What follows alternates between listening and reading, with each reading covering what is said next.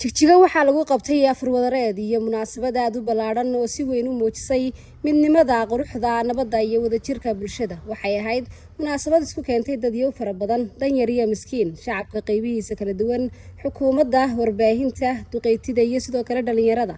shirkadda Dahabshiil Group oo si weyn u soo qaban qaabisay isla markaana maalgelisay afar wadareedkani oo mideynaya qulubta dadka ayaa sidoo kale lagu qabtay magaalooyinka waaweyn ee geeyiga Soomaalida sida magaaladani Jigjiga, Hargeysa, Muqdisho iyo Djibouti. afar wadareedkani oo kor u qaaday niyad samaanta iyo nabadda ayaa u dhacay si nabadgelyo ah oo qurux leh isla markaana miisaaman. waxaana halkaasi lagu oogay salaadii maqribka oo meel lagu wada tukaday isla markaana loogu duceeyay in dadkeena Ilaahay abaaraha ka saaro. shirkadda ayaa sidoo kale ka qayb galaysa biyo dhaamin iyadoo ku baaqday lacag 18 milyan oo lagu taageerayo dadka ay abaaruhu saameeyay. halku dhiga munaasabadani ama afurkani oo ahaa aan midayno qulubta oo aan qabyaalada ka tagno. waxaa madashaasi ka hadlay madaxa xawaalada Dahabshiil Group mudane Maxamed Cabdisamed Cumar iyo wasiirka xafiiska madaxtooyada deegaanka Soomaalida Dr. Xuseen Qaasim. maamuus qaran ugu tala galay afur walaalka ah ujeedadiisu tahay muhiimadda kaliya aan leenahay waxa weeye bisha Ramadaan waa bil barakaysan in inta dadka maatida ah ee waxaysan la afuriyo la iscafiyo ka shirkadahan waxaan halkan ka baaqaya maanta sheegayana sidoo kale in ay shirkadu ugu baaqday biyo dhaamis dhan ilaa lacag $100,000 weekend dhexdiisa insha Allah waan ka qayb qaadan doonaa biyo dhaamiska booyadaha. waxaan bogaadinayaa u mahadnaqaynaa shirkadda Dahabshiil oo maanta fadliga soonka bisha barakaysan ee Ramadaan dartii afur wadareed u sameeyay bulsho badan oo qaarkood ay ku jiraan kuwa tabalaysan oo aan awoodin inay xataa afur ay helaan. aad baan idinku bogaadinaynaa arrintaas. waxaa kaloo idinku bogaadinaynaa inaad walaalihiin uu saameeyay jilaalka adag aad ugu deeqdeen lacagtaas dhan $100,000. waxaan intaa ku darayaa in ay tahay la isxusuusiyo in sida walaalada Dahabshiil ay yeeleen in dhammaanteen aan yeelno oo gudaha iyo dibaddaba dadka wax haysta iyo inta kuwa sida la isu dhaadhaamo marba iyadoo aan ahayn qofku inuu yahay maalqabeen iyo dad badan dhaamaa oo wax u qaban karaa oo afurin karaa. marka in bishan Ramadaan fadligeeda la isugu naxariisto qof walba hadduu qof afurin karo afuriyo, hadduu deriska afurin karo afuriyo, kuwa tabaalaysan aan xusuusanno, isu naxariisanno dal iyo dibadba inaan hawsha aynu bishan Ramadaan uga faa'iideysanno. Ilaahay ajir badan ayuu ku sheegay. intaa kadib waxaanu guda galnay inaanu mikrofoonka la dhex marro bulshadii ka soo qayb gashay qaar ka mid ah qabanqaabiyaashii xafladan aadka u ballaadhnayd ee lagu afurinayay dadka masaakiinta looguna magac daray qulubta aan midayno qalbiyadeennana qabyaalada aynu ka saaro. alxamdulillahi rabbil caalamiin. ilaahay baa mahad iskale nagu sameeyay bishan barakaysan iyo khayrkeedaba.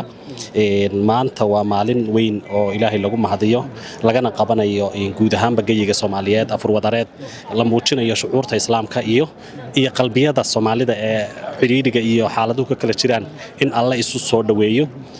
waa mid la afurinayo dhammaan masaakiinta iyo cidda tamarta yar 2,000 oo qof laga afurinaya maanta haddii ilaahay yiraahdo. waxaana isla afuraya xukuumaddii dawladdii u sarreysay iyo dadkii masaakiinta hoose iyo dadkii bulshada qayb ahaan bulshadii oo midaysan baa isla afuraysa. waa hawl inoo muhiima geeyiga Soomaaliyeed iyo guud ahaanba deegaankeena iyo gaar ahaan Jigjiga haddii ilaahay yiraahdo. maanta waa maalin weyn. imse qof baa lagu afurinaya halkan? afurweynaha horta waxaa sameeyey shirkadda Dahabshiil Group khayr Ilaahay ha siiyo. waxayna ugu talagaleen in lagu afuriyo 2,000 oo qof. alxamdulillah hadda diyaar garow fiican baa yaa muuqda. khayr Ilaahay ha ka dhigo. marka inaguna tiimkii hawlahan ka soo shaqeyn jiray bayna dhinaca maaraynta iyo cidda lagu casuumeeyo iyo masaakiinta ay u baahan tahay meesha inay timaado iyo cid walba oo waxa weeyaan rabta inay qalbiga saliim ka dhigto qabyaaladana ka tagto. halkan hati Dahabshiil aad baan ugu mahadcelinay. waa mahadsantahay. asmada deegaanka Soomaalida waxa ka dhacay afur wadareed aad u qiimo badan. maxay uga dhigantay shacabka deegaanka? muxuu u mahadsantahay. maanta waxaan u joognaa munaasabad lagu qodanay dad danyar ah oo loo soo kala ururiyay maamulka magaalada Jigjiga xaafadaha kala duwan.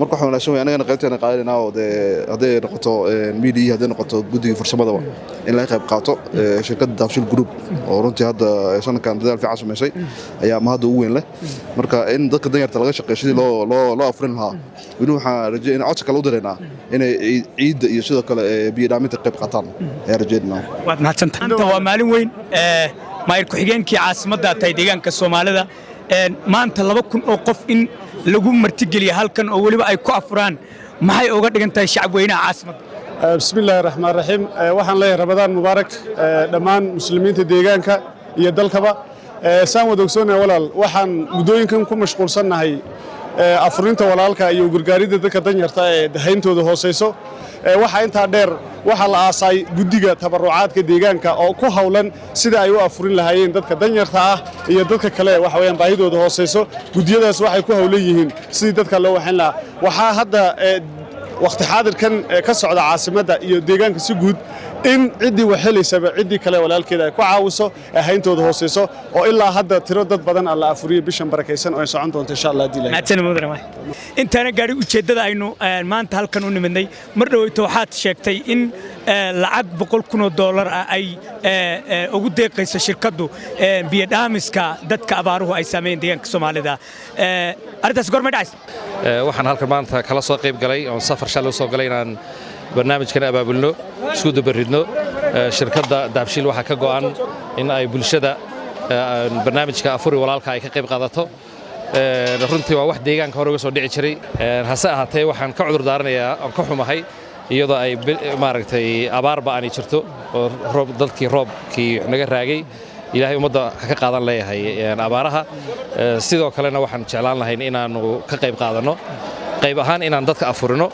qaybna inaan ka qayb qaadano booyadaha dhaamiska ee dadka loogu biyo dhaaminayo ilaahay ummadda dadka dhargin kara inaan anaguna intii karaankayga aan ka qayb qaadano baan ugu talagalnay marka ugu horreysad bilaabaysaan marka waa goorma aad loogu baahan bishii Ramadaanna lagu jiro insha Allah isbuucan gudaheeda waan soo deenaynaa hadii la yiraahdo waxaan ku wareejinaynaa xukuumadda u asaan gareynaysa ciddii distributionka lahayd ee adeega dadkii u baahnaa ee meesha baahidu jirto gaarsiin lahaa annaga mas'uuliyaddii xaggaasaan ku wareejin doonaa laakiin insha Allah biidnillaahi tacaala wiigan way naga dhamaanaysaa barnaamijkan jigjiga ka dhacay mise goobo kale jira barnaamijkan maanta aynu qabanay dhammaan geeyga Soomaaliyeed ka dhacay wuxuu ka dhacay Hargeysa wuxuu ka dhacay Muqdisho wuxuu ka dhacay meelo badan oo aan imika soo koobi karin Djibouti ka dhacay runtii waxaan doonaynaa in shirkadda ay la wadaagto ummaan shucuubteeda iyo waxay dareemayso oo fariinta aan horey u sheegnay aynu midayna qulubteena ah iska ilaalinayna qabyaaladda shirkaddu waa shirkad ka dheehan siyaasad